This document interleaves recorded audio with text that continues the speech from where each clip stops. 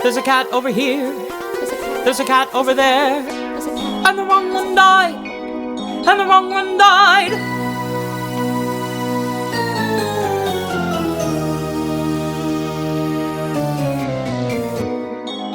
Welcome to The Wrong Cat Died, the podcast breakdown of the catastrophe. I'm your host, Mike Abrams, and today we have a special guest. She starred as Grizabella in the 2016 Broadway revival of Cats. Welcome, Mamie Parris. Yo, thank you for being here. Meow meow. Yeah. So I want to kick us off with just your history of Cats the musical. So did you see it as a kid? How familiar with it before you decided to become Grizabella? I have a pretty weird history with cats because when I was a kid, my mom was a flight attendant, right? And one time when people would leave things on the plane, if they didn't get claimed, she would bring them home. And one time she brought home this whole thing of cassettes, and I realize I'm aging myself, but there was like a travel case of cassettes that no one had claimed, and it had like Wham, and it had, I don't even remember, these ridiculous 80s, 90s bands or something. So there was this 2 cassette collection of Cats, and I had like just started getting interested in musical theater, so I was like, this is cool. And I really hadn't heard much of the music before. I mean, I probably had heard Memory at some point. Everyone has it that way. Yeah, right? Like in a music box. Yeah. But I had never, the rest of it, like no way. And I just kind of loved it. The score is so cool and like electric. I don't know. It was It's great. fun. I used to dance around in my bedroom to it. Like I totally loved that. Did you have a favorite song at that point? Yeah. Oh, totally. McCavity.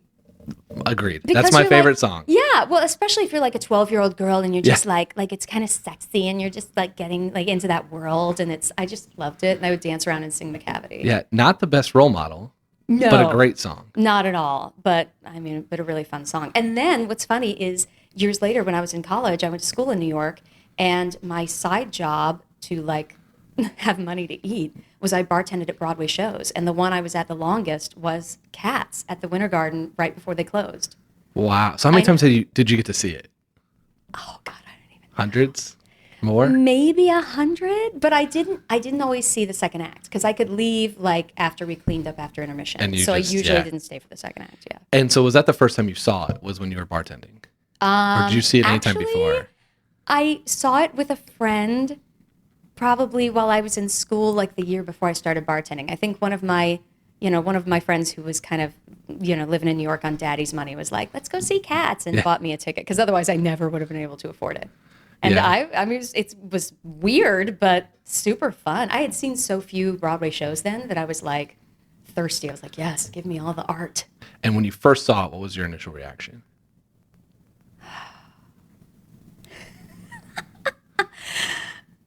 I loved how interactive it was. Like we were sitting kind of up in the mezzanine on the side, and in the original version, well, they did it in our version too, just not as much, but they would like crawl up on the edge of the boxes, and there was, the cats, they have these light up eyes, and one kind of went off right next to me, and I was like, ah! And I thought it was so fun. And that's why I don't think kids should go to this play. Maybe. Sarah Ford mentioned that she made multiple kids cry. Oh, I'm sure. And so that's why I always ask. But some kids are obsessed. They love it. Like I went out once to do Memory, and you don't pay a lot of, you're in your zone and you're in character and you don't pay a lot of attention to the audience. But I noticed when I first came out and started singing, I mean, dead center, right in the front row was this little boy who couldn't have been more than 9 or 10. And he was like dressed up for the theater, and he just was sitting there with his eyes wide open. And I thought, oh God, I'm going to scream in this kid's face and like traumatize him for life. And I swear to God, this child, it was like he didn't breathe the entire time. He just watched. His eyes he was enraptured. It was kind of magical. And I was like, kids get this on a whole other level than adults. Was it like admiration, or was it being terrified? It wasn't fear. It wasn't fear. It wasn't okay. fear. I don't know if it was admiration or just, I don't know, the kids who see it, who enjoy it, they just get it on another level. I think, I was talking to some friends of mine about this because I had some friends that came and saw me in the show at one point, and she said, at one point I came out at the end of Act 1, and Grizz has this little, we call it the broken doll dance, because she tries to be like they are, and she's just too far gone.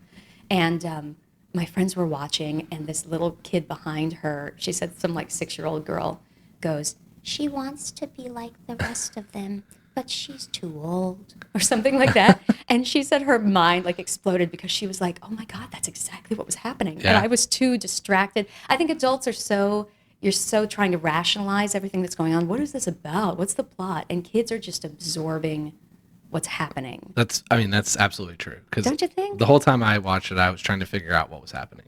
Yeah. From Adults start are to like, finish. I need something linear. I need someone to tell me what's going on. And kids are just like, wow, what's happening here? Oh, this guy's sparkling. And I don't know, they get something from it that adults don't get. It's kind of cool. Yeah. Because it's so clearly not like made for children. But It's clearly not made No, for children. not at There's a all. lot of stuff that's very much not made the for cats children. are quite sexy. I mean, at times. there's that. There's some of the storylines, if you really dig into it. Oh, yeah. Buster it's Jones very goes dark. to strip clubs. Oh, yeah. McCavity's in an abusive relationship. Oh, McCavity's a rapist. Oh, Yeah. my God, he's terrible. See? So, You like, said that, not me. Yeah. He's awful. I mean, Okay. we don't tell them that. We don't Yeah, sing, yeah, yeah. McCavity's a rapist. Like, we don't sing. That'd be interesting if we did. But. So you play the main character, or at least the one that wins, in my opinion, at the Yeah. end. I get to graduate Yeah. from Kittyland. Yeah. Well, I mean, or murdered. Sure. Euthanized, maybe? Yeah. I don't know. It's ever to each his own. So I want to kind of go into a couple of the rumors and storylines of your character. But first, your character goes through like an emotional roller coaster throughout the whole musical. Yeah. What's that like performing that? I mean, highs of highs and lows of lows. It's a super cool challenge for an actor because, she's not on stage a whole heck of a lot, if you think about it, especially compared to the other cats that are really on stage nonstop, even when other cats are performing. And Grizabella is really not. So a lot of people would be like, oh, wow, you got the princess track. And I was like, I mean, in a way, yes, but also it's a huge responsibility to just show up 5 times and to somehow in those short times that you're on stage create this whole story and this whole arc. And that was a really cool challenge. And it was a lot of pressure, you want to tell the story as best you can, the story that's, hard for people to grasp. And to sing such an iconic song, there's a lot of pressure. And that's the last thing you do in the entire show. I mean, you make all these little short appearances and then you save the big song for the very end. So you never really get a chance to rest on your laurels. Yeah, and you do sing the most iconic song. What's it like belting that out night after night after Oh my night? God, it was incredible. It was incredible. I loved it. I mean, what an amazing song. And, it's, when you read it, part of my job as an actor is to interpret what I'm given. And it's such a unique thing to be handed poetry that is a bit esoteric and broad and have the unique opportunity to kind of interpret it, reinvent it in a way, and make it personal to my cat character and to the story. And for me, that's just, I love that kind of stuff. Like I grew up, I love Shakespeare. I love, like, words are just thrilling to me. So I love that. So I'm glad you said that, because this is what I want to do now. I want to God. interpret some of the rumors, or just how many people have interpreted your character in different various parts. All right. So the first thing I want to talk about is that your poem is not actually in the book Totes. because it was too scary for children. Yeah. How do you think Andrew Weber or whoever is making the directive choice of this said, let's make that the main character, and then, to your point, have kids eat this up? Because it's clearly too scary. Everything else is based on this book, but we're going to add this one in here that T.S. Eliot said, no, sorry, I don't want to put this in. Yeah. And is now the basis of the play. Well, and maybe I'm misremembering, so don't quote me on this, but as far as I recall from the stories I've been told about how cats came about and how they worked with T.S. Eliot's widow, who gave them the Gave that Grizabella. poem. It sounded like it was something, like I said, if I'm misremembering, I apologize to anyone who knows the truth. But no I one believe it knows was something any no of one the knows. truth about anything So I can about make up cats. anything. Yeah, you I can say say whatever anything I you want. I've been doing it all the episodes. Oh my God, amazing. Yeah. Good. Somebody should. Yeah. So I think it was one that T.S. Eliot really liked and was attached to, but was concerned that it was too dark. And I don't know if he thought it was too scary, but too dark. Too dark. Okay. That it might be a little too intense for kids. But, if you're given this unpublished piece about a cat that sounds, I mean, it's intriguing because that's the song that the girls sing about me. I never actually sing that song, you know. She haunted many a low resort from the grimy roads of Tottenham Court. I mean, it's like, it's dark and it's, Yeah. I mean, who wouldn't want to put that in? I would want to put that in. And that's like the red light district. Yeah.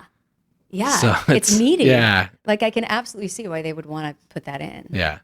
So one of the most interesting rumors I found, I am very curious about because I still can't figure out if there's truth to it, how it worked. But early on the first dance number, there's supposed to be a baby Grizabella. Oh, yeah. They call it Baby Grizz now. I don't know if that was always a thing. Okay. But there's an interpretation that is your character reborn, Right. witnessing young. the beginning Yeah. after having died. I don't know if that was always what it is. I mean, I don't know. I wish I knew. So But you don't yeah, have any insight usually- on that? I don't. Maybe I should. You know, I did that. I did the show a million years ago in basically like a summer stock situation, and we did the traditional like as Baby Grizz or as another cat. Basically, I danced in the opening and was part of the opening.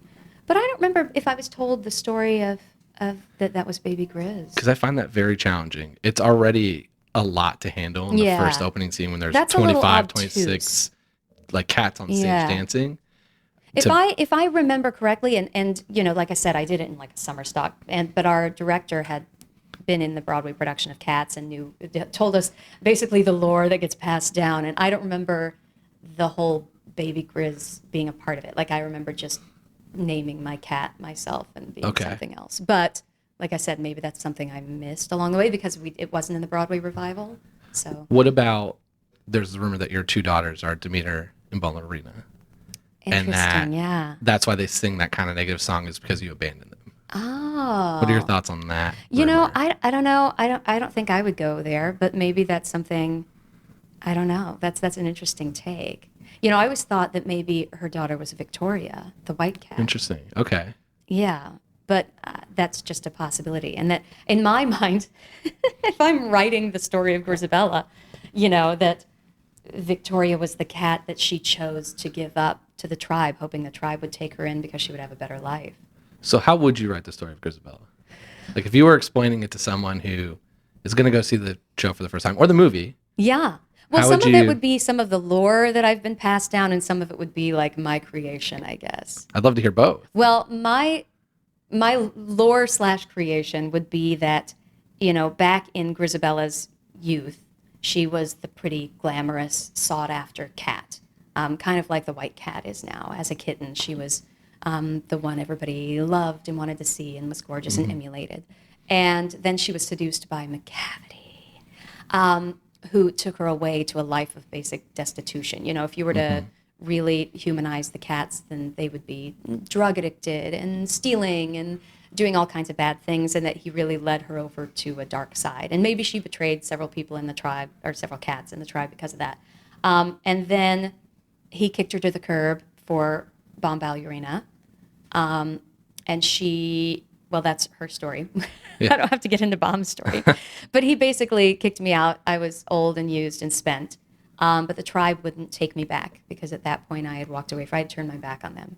So they left me basically out in the cold to sell myself and try and, you know, stay hooked on the drugs. That maybe at some point I gave up a kitten that was either McCavity's or someone else's probably, and left her with the tribe, hoping that she would be taken in. And I think I like that idea because the fact that I keep trying to return to the tribe, it makes it a little less strictly for myself. It makes it a little more selfless in my mind, which, you know, any good actor, you want your character to be loved and Positive. and, yeah, and- a decent person / cat on the inside. Yeah. So I think there's something about coming back and wanting to be near her kitten, as well as wanting to return to a tribe where she's loved and cared for, and yeah. And then you do. And then I do. I make every attempt, and I'm mocked, and I'm spat on, and I'm, you know, tormented until old Deuteronomy tells them to step aside and take me seriously for a second. And I think the wisdom of old Deuteronomy is that not only does he see the journey I've been through and the knowledge I have, but by being the leader that he is, that he encourages the other cats to see it as well, so that they actually celebrate me when I'm reborn. And then you die. And You're then reborn. do I die? You know, Well, that's that's a good question. true. I mean, the cat is reborn, so To a new life. to a new life, to be a kitten again. So it's like you're kind Back of into die, the tribe. Interesting. you know. And they don't say she dies. They say you go to the Heaviside layer. Yeah, because they want to make this for kids. I guess, but it's also like, you know, the Heaviside layer is a real place.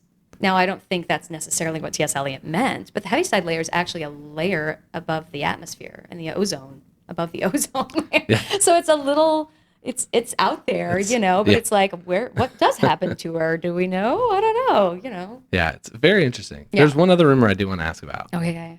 About a potential love triangle between Buster Jones, you, and Joey Lorem. Oh, wow, that's kinky. I don't know anything about that. No? Yeah. I mean, you know, with the Jelly Lorem we had and the Buster Jones we had, I'd be down for it. Yeah. But you're talking about love triangle, not a threesome. Not a threesome, love triangle. I don't know. Yeah, that's an interesting rumor. I mean, it's cats, so it could be a threesome. I would find that's a little tricky for me to believe. Maybe in the old, you mean like back when Grizabella was glamorous? It's undefined. These rumors are something about that doesn't seem like it could be. So correct, was 'cause the Buster Buster is so Jones concerned about outward appearances. He would never. So that touch would me. be the Buster Jones part would be as kittens. Oh, okay, yeah. Because the rumors that you two were best friends. Yeah. Growing up. Or maybe he was a paramour. Could be. He seems like a sugar daddy. Yeah. Right? Well, I think that was one of my take was that he tried to save you from a cavity. Oh. Bustifer, though? I mean, Bustifer is so self-serving. I don't know that he'd do that unless there was something in it for him. But you win. So in my take of this whole world, Yeah. it's like America's Got Talent or The Voice or American Idol. So you win $1 million. So now he's your manager. Oh, okay. He gets a cut. All right. That's kind of how I've He would take a cut. conceptualized this whole thing. Yeah. Because otherwise he it just doesn't wants a cut make and sense. a good table at Sardi's. That's Yeah. all he wants. He's like, he just wants the visibility. Yeah. That's interesting. Okay. Yeah. So you got to play Grizabella, but if you weren't Grizabella, who would you want to play? Or if I rephrase this question, who's your favorite cat, not cast member, character, and who's your least favorite? Oh, I love Gus. I love Gus, the theater cat. He's so dear. He's so genuine. Oh my God, he's the sweetest. What a powerful song, too. Isn't it just lovely? Oh, it just breaks your heart. So yeah, I love Gus. He's probably my favorite. My least favorite? That's tough. I don't know. You have to have one. Yeah. You know that Mistopheles song just goes on and on and on. Really? Interesting. I mean, who doesn't love Mistopheles? He's magical and he does tricks and he lights up and he dances. But my goodness, it's like 18 repeats. Yeah. So maybe Mistopheles. Because you're at that also, point. like, I also like I have a soft spot for Jenny Annie-Dots, but I'm not a fan of tap dancing.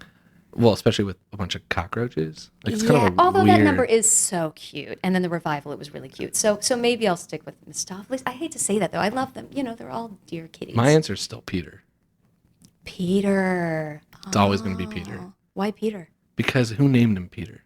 Yeah, that's an interesting There's name all for a these cat. amazing names, and then you've got Peter. Yeah, but there's something endearing about people who name their animals like Karen. I love it. I'm a big fan. I have a friend whose dog is named Mark, and it's like a big that's golden so retriever. weird. I love it. Mark. But you don't have all these other, like you have these crazy names like Yeah. Rum Tuck Tugger and Mr. Yeah. Mistopheles, and then you've got Peter. Mm.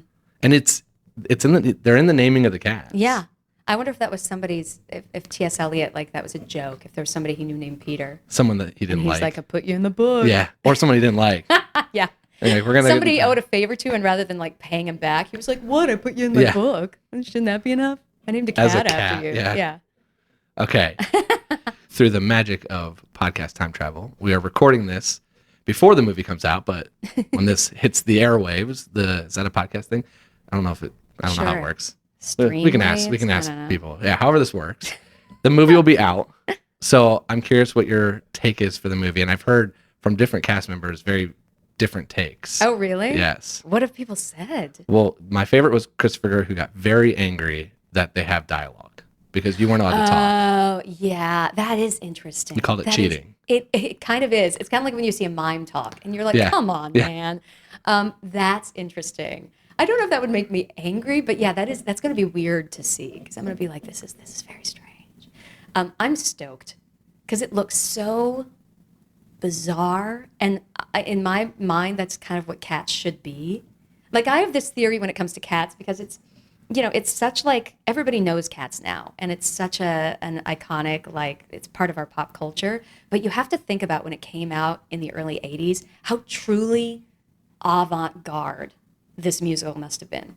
Like really avant-garde. Like it was really like artistic and weird and like, and now we're just so used to it. They were like, oh, cats. But I just love that this movie is making people go like, what is this weird stuff? Because I feel like that's totally what Cats is. It should be weird. It should make you curious. It should make you be like, what is happening? Yeah, and I think it's going to be. I think it is too. I'm stoked. Yeah, that's amazing. I'm excited. So before I get to my last question, Yeah. I'd love to hear what you're currently doing. I'm actually in rehearsals for a new Andrew Lloyd Webber show that's kind of loosely based. It's a review that kind of coincides with his autobiography, which was recently released. So it's the same title. It's called Unmasked, the music of Andrew Lloyd Webber, and it's playing at the Paper Mill Playhouse in New Jersey. Amazing. And it'll be there until March 1st. Wow, that sounds great. And I'm excited. I don't know if I'm singing memory or not, which is kind of thrilling. I don't know what's going to happen. I'm just going to show up and be like, tell me to sing some stuff. That's exciting. Yeah. Okay, so I want to get to my last question. Yeah. And I now have released all of my episodes Oh, boy. arguing why I don't think your character was the right cat to die at the end, or maybe not die. But the podcast is called The Wrong Cat Died, so I'm assuming that It's death. that It's death, Grizabella dies. Yeah. Literally or metaphorically. Do you agree with me? And if not, who would you make your argument for? I don't agree with you. I think Grizz absolutely should be reborn. Okay. I think she's seen a lot of things that those other cats, no matter how talented they are, they don't have the life experience. They don't know what she knows, and they're not ready to move forward smarter and wiser and ready to be reborn into a new life. I think if anybody was going to give her a run for her money, it'd be Gus, because Gus has seen some things. But honestly, as charming and as old and as shaky as Gus has still got some life in him. Gus is a fighter. He's not quite ready to be reborn. I think he's still got some stuff. It's interesting you said that because Christopher Guerrero's whole interpretation of his Gus character was that he didn't have anything left and he didn't have another life to live. Oh, and so that's that was interesting. why I can see that. Yeah, he said that. yeah. But there's a very big Team Gus group out there. Oh, yeah. Well, because Gus is delightful and charming. But that is a wonderful take. And that makes perfect sense for Chris. His portrayal absolutely kind of shows that maybe he's lived, this is his 9th life. My take now is Tugstopheles, which is the Rum Tug Tugger, Mr. Mistopheles duo. Okay. Kind of Bert and Ernie-ish, Okay. dying together at the end. That's who I think's most worthy. That's interesting. That's an interesting choice. But are they ready to go? I think They haven't even come out with their relationship yet. Well, that's they true. They haven't even come forward. It's pretty to admit obvious what's though. happening. And there's a lot of fan they need fiction. to evolve on that. There's a lot of plenty fan fan fiction, and I've about seen that. all those pictures, and some are pretty racy. Takes a lot of imagination. Yeah. But yeah, I don't know. That's a good. That's the thing is that all these cats have merits. Like they all, if they were on The Voice, they'd be on somebody's team for sure. But I don't know. It's like a different layer to choose which one actually moves forward.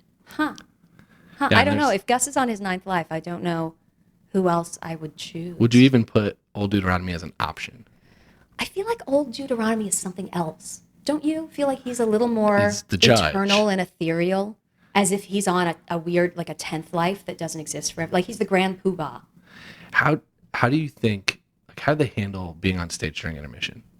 I don't know if I could have dealt with that as a person. And it blew my mind when it happened the first time, and it was a preview, so no one knew what to do. Yeah, me too. It's pretty amazing. And then the second time, everyone went up and got selfies. You know what's funny is I had forgotten that was tradition, that they had done that in the original. Because like I said, I worked on the original, and I was working during intermission, so I probably didn't really notice, but I'd kind of forgotten. So when I noticed that they were doing that, I was like, oh my goodness, I can't believe they're doing that.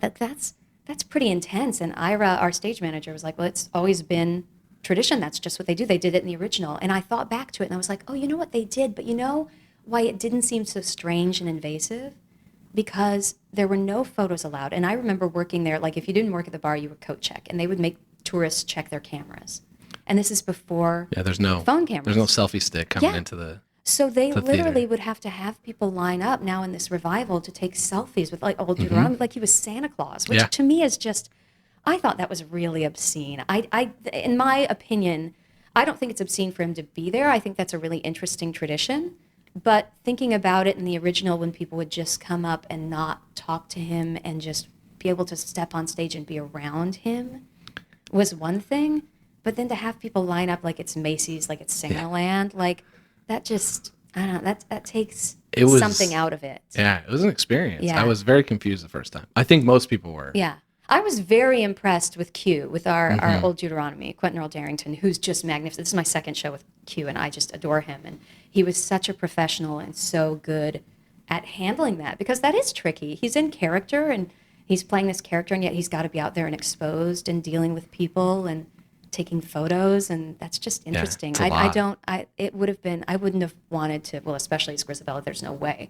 But, you know, I wouldn't have wanted to be in that position, because that's just very tricky. Well, at that point, your character is not known to have your positive revival. I would have hissed at them. Yeah. Try and take a picture of me. Yeah. I dare you.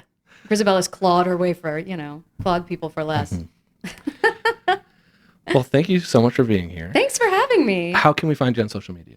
You can find me on Instagram. I'm at Mamie Parris, MamieParris. I'm on Twitter at, I forget, on Mamie Parris Official on Instagram. Official. Yeah. On Twitter, I'm at Mamie Parris, MamieParris.